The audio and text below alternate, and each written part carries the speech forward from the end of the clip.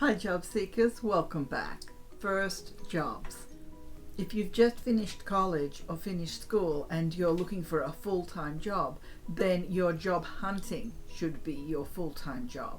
So what kind of activities will you be doing when you're looking for your first job? Well, there are things like researching companies online, looking for actual job listings, preparing your resume and cover letter, preparing your job interview clothes and having them ready to go in case somebody calls you or says they would like to do a video interview. Practice your interview questions, and I will be talking about that specifically in another video. Now I'm talking about some really serious job hunting here.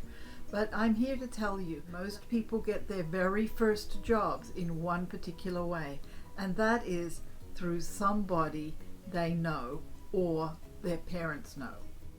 I'm going to say it again. Most people get their first job, their first real job, through networking with family and friends. Here's a quick story about my first couple of jobs. The very first real job that I had outside of babysitting was over the summer break. I worked with a children's theatre troupe and I was a performer. I got that job because the producer of these programs was an old friend of my mother's from way back in the day. My second real job was in retail, and I got that job because my mother's cousin was the manager of one of the departments. It really is your best bet for finding an entry-level starter position is to network and tell the people that you meet and that you know that you're looking for work. So here's the exercise I want to suggest that you do right now. Write down 5 people that you will contact to talk to about work. And here's the thing. Networking for jobs is going to continue to be very important. Human resources professionals will tell you that most of the time your hiring is likely to come from people you know. Of course, you will still be applying to jobs that you see advertised or listed in various places. When you're working in some industries, particularly say entertainment, almost all of your jobs are going to come from referrals. Referrals really are very important. So continuing to network, just like you're doing for your first job, is something that you will be able to do for your whole career. It's a great skill to master. So what do you say when you're first meeting somebody? This is where an elevator pitch comes in. An elevator pitch is about 20 seconds about you. It really is very, very brief. And here is how you structure your elevator pitch. First, what have you been doing? That's the past. Second, what you're doing right now. That's the present. Third, what you're looking for in the future. What's next immediately, not necessarily your goals 10 or 20 years into the future or where you hope to end up. In an elevator pitch, what you're trying to do is put yourself in somebody's mind as a prospect to be hired right now. So that's where you say, I'm looking for whatever the entry-level job is in this company. Once upon a time, an entry-level job was quite literally the very first job that you would get where you were not expected to have any kind of experience. You were coming straight from high school, and there was a high expectation that there would be a lot of training involved, that you would come in with just your own personal qualities, your soft skills of being willing and enthusiastic and ready to learn. However, today, entry level has an expanded meaning, and you will see jobs advertised as entry-level positions, and yet they will ask for 2 to 3, sometimes even up to 5 years of experience in a similar position. That's just a fact of life, which is why, going back to what I was saying earlier, that networking is so important, because a personal recommendation from somebody already working in the company, especially if they're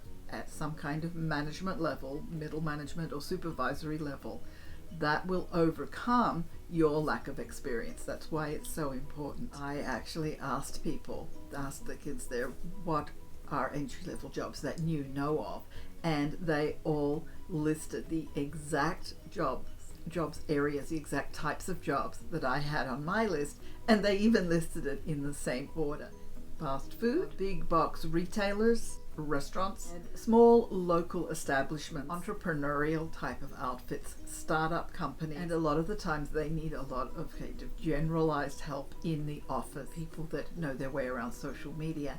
And as a startup, they unfortunately often can't afford to have a big paycheck, but they might have invaluable experience and a good start.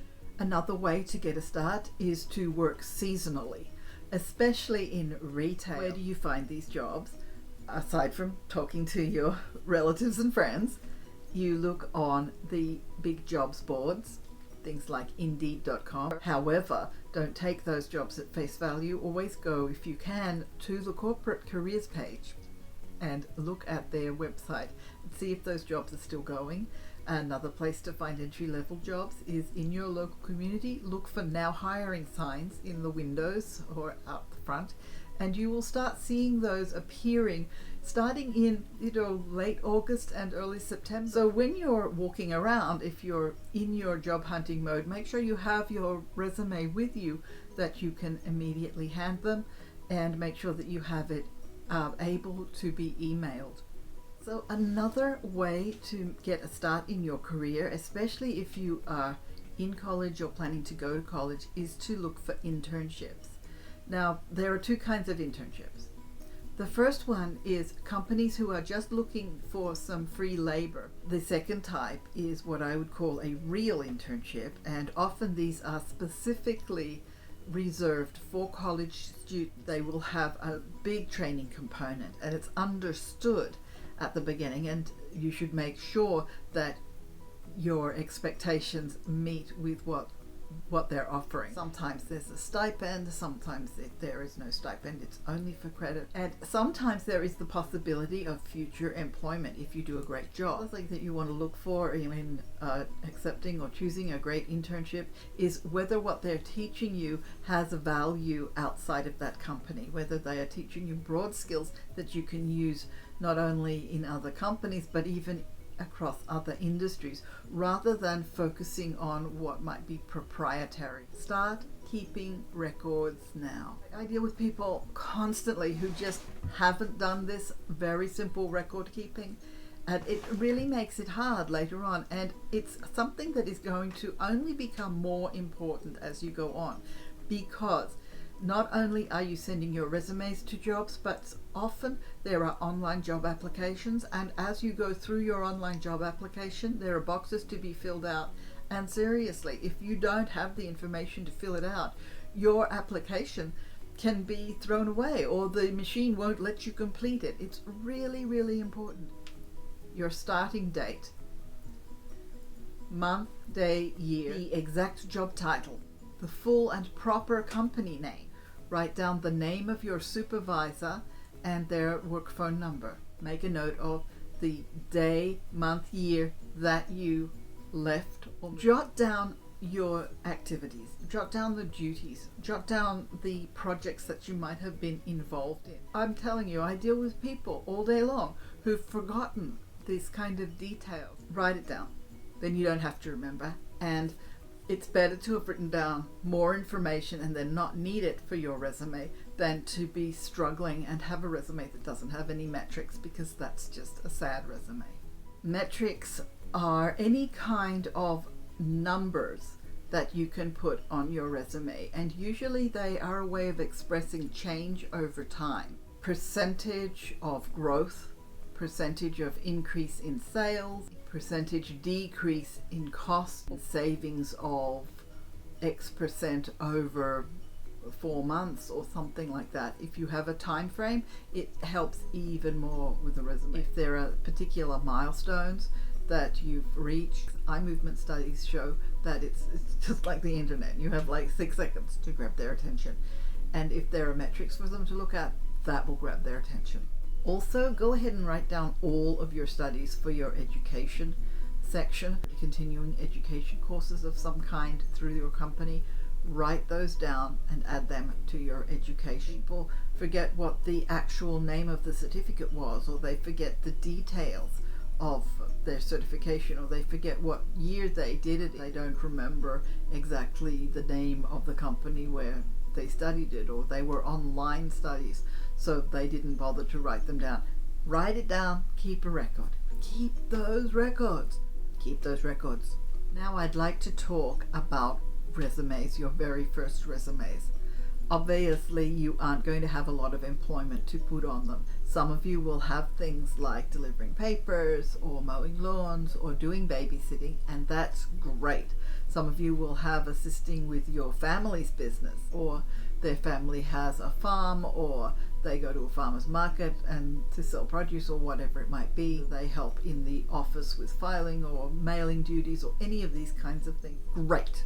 All of those things count and can be included on the resume. These things should be put under work experience. However, not everybody has them. Some people have literally no work experience because doing their studies was considered their work, and that's also great.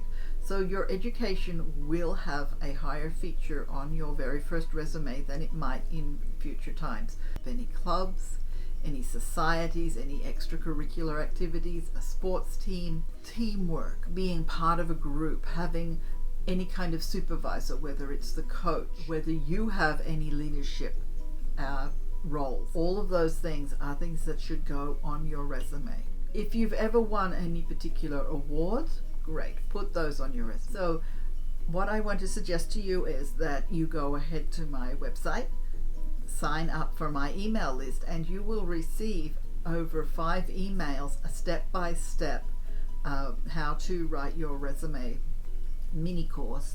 It's completely free for a contemporary applicant tracking system compliant resume. Applicant tracking systems are the software systems that are used in human resources. In your very first jobs, you will probably not have to deal with that, but it's still good to know how to keep your resume compliant so that you don't have to change the whole thing next time you want to apply to a job. The other thing that is very, very important for your very first resumes are going to be what are called soft skills. Now, there's a difference between hard skills and soft skills. Hard skills are usually listed in a job listing very specifically. They are knowledge of particular equipment, knowledge of particular software, work with the actual technical aspects of a job. They're specific to the job or industry.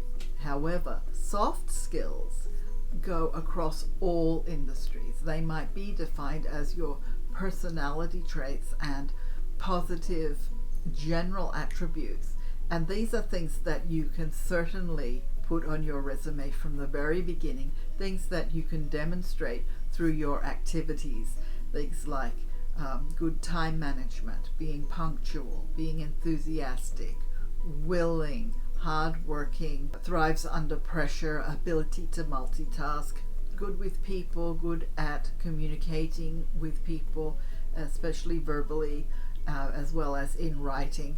It's good to be able to illustrate those skills with an example. For example, if you want to say that you have strong leadership skills, it's because you were the captain of the sports team, or you were the vice president of the drama club, or whatever it might be. So you have the beginnings of the kinds of soft skills that are useful in management going forward. A lot of these soft skills are skills that you can learn and that you can develop both on your own and through your employment.